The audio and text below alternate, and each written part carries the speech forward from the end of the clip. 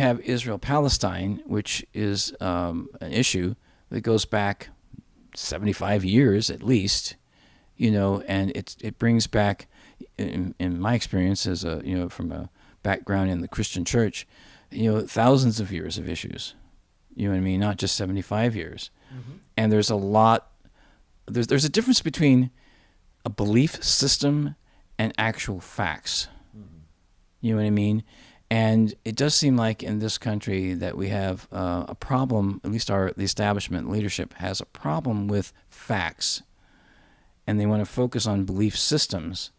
And here we are, the basis of those conflicts really are, as I see it, belief systems. What do you think? Well, I think that we have a government that is pretty much beholden to Israel at this point. Maybe when Israel started, the Western colonial powers, Britain and America, saw Israel as kind of their proxy. But at this point, it seems like Israel has a lot of its own power and influence. And it's gotten itself in a position where no one can say no to Israel. The whole world wants a ceasefire. Israel says no. They keep bombing Gaza.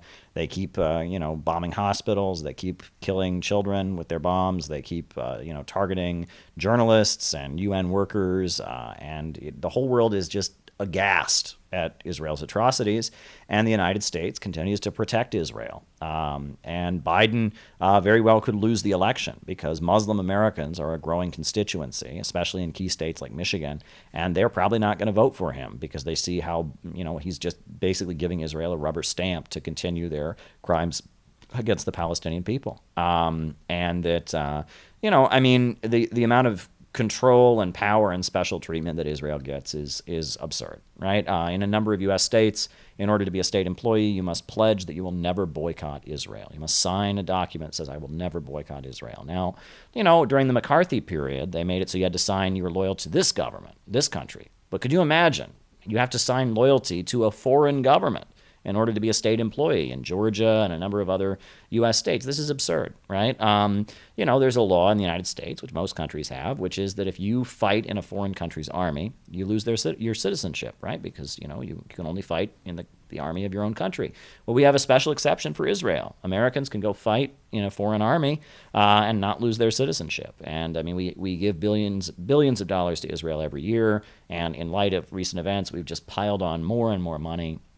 And it's crazy, and it appears that Israel really wants to get the United States involved in a wider war with Iran, right? They attacked the Iranian, embassy in Syria and the consulate and killed a number of Iranian government officials. They continue to target allies and friends of Iran throughout the region. And it seems like Netanyahu, his position in Israel is precarious at this point, and that he's facing opposition from more moderate forces within the Israeli government. And I think he's determined to secure his grip on power by keeping the crisis that has been going on between Israel and Palestine since October 7th, keeping that going as long as possible and escalating it into as big of a confrontation as he possibly can. And it's embarrassing for the United States. And I think as an American patriot, I would have to look at this and say, to see that another country just has its grip over the United States of America is infuriating. It's bad enough, what you described earlier and what Tucker Carlson, was pointed out, had pointed out by Putin about how we spend billions of dollars while our own country's crumbling. But now to have another country, that has so much power and influence that it gets such special treatment and no one in our political establishment can say no to it. Republican, Democrat, it's like a rule. You're not allowed to say no to Israel. This is not good. This is not healthy, and I'm not an advocate of any kind of racism, I've studied the writings of Karl Marx, who was Jewish, and, Lenin was Jewish, and I don't hold anyone's ethnicity or religious background against them. But I do think that the way Israel has conducted itself is absolutely outrageous, and that a lot of Americans feel that our continued funding of what Israel is doing is making us complicit with genocide. And I think they're right. What Israel is doing is absolutely criminal and must be opposed. And the fact that our government gives that priority over the domestic needs of the American people is not acceptable. One thing it's worth pointing out is, here in the United States, we're constantly being told we don't have the money to provide services for the people here. We don't have the money to provide education. We don't have the money to build roads. Thank you for mentioning that. Yeah. Israel has free health care for all of their citizens. and we give them billions of dollars. So we don't have enough money to give our own people health care, but we have enough money to give Israel's people health care. This is not logical, right? There's many examples of this. You can talk about how the FBI has gone after anti-Israel protesters in the United States as a way to help Israel. In 2010, there was a raid on the homes of various anti-Israel activists in the Chicago area. Razmia Oda, a Palestinian activist, was dragged to prison and horrendously treated.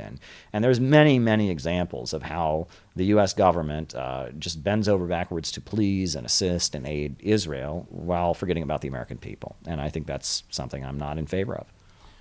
And that's where the majority view would be. And so thank you for saying that on this show. Yeah. You know, what would you say that I talk to people myself with a lot of different political perspectives. You know, I grew up around mostly conservative people, but have, as I've gotten into politics, which, by the way, I must clarify, I think I've said this on my show before, but I'm not really interested in politics, to be honest. Oh. But I'm much less interested in being ignorant of politics and what's going on in the world and how that affects my life and the lives of others.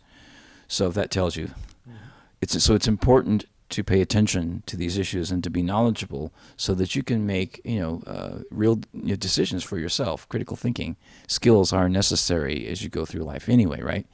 So so I talk to people that are more right-leaning, as you do, and on this issue, sometimes the conversation gets shut down. And so what would you say to somebody, for instance, that would say to you, yeah, but what about all those Palestinians are being killed because Hamas uses them as human shields and they're all hiding in the tunnels, or as a real-life example, I won't mention a name, somebody who said if Israel were to lay down their arms, they would be slaughtered. They'd be gone from the face of the earth. But if Hamas laid down its arms, the whole thing would be over. I've actually heard somebody say that in a church, Christian church. So, what would you just say to somebody like that with those kinds of views? Well, I mean, there's a couple historical precedents. I mean, that's a catchy phrase someone can use, but it doesn't capture the essence of the situation. First of all, there's all this talk of Israel being wiped off the map, Israel, et cetera. Well, there was a country called Rhodesia that was much like Israel in that it was a country named after Cecil Rhodes, the British colonizer, in which the white Europeans had rights and the black people didn't have rights. And there was an uprising, the Civil War and all of that, and Rhodesia was wiped off the map. And what was the result? Well, farmland was redistributed, but was there mass slaughter and death of white people in Zimbabwe? Of course not. No. The Dutch East Indies, I think, is what I believe it was it Indonesia used to be called? I think so. Yeah, and it was wiped off the map, and we now have Indonesia. And did that result in all kinds of Dutch people being killed? No, it just resulted in a new government that represented all the people there. And I think that is ultimately, those who talk about a one-state solution, that's what they want. They want one state for all the people living in that area that represents all of them, not just one race. And Israel is set up to be a country for one race, one ethnic group, one religion.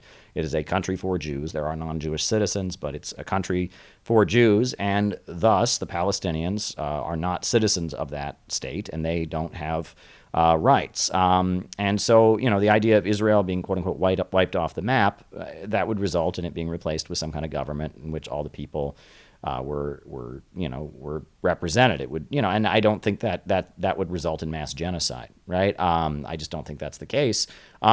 That said, though, I don't know how likely it is that Israel will just fold, right? I mean, I think a two-state solution may be more realistic than a one-state solution. But those who advocate a one-state solution are not advocating mass extermination of Jews. They're advocating the end of a state that serves one particular group. Now, as far as the whole thing about laying down their arms, Israeli politicians are openly talking about forcibly, removing all of the Palestinians from Gaza.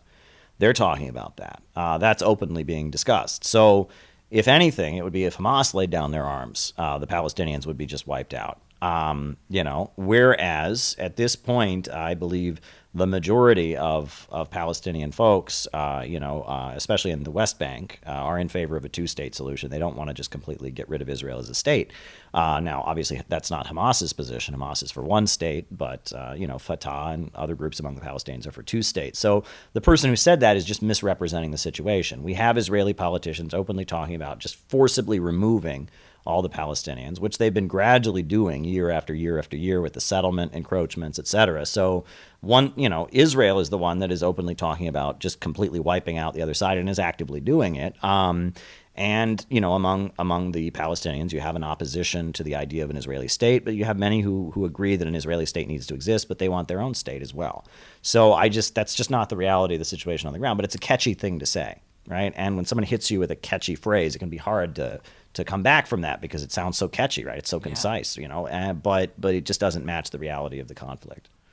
And that exactly sums it up. It doesn't match the reality of the conflict. So thank you, because that's important to have that conversation. So and to share information like that. So when we do talk to people, we will have the right words to say that if they may not resolve the conflict in the conversation or whatever, but it might.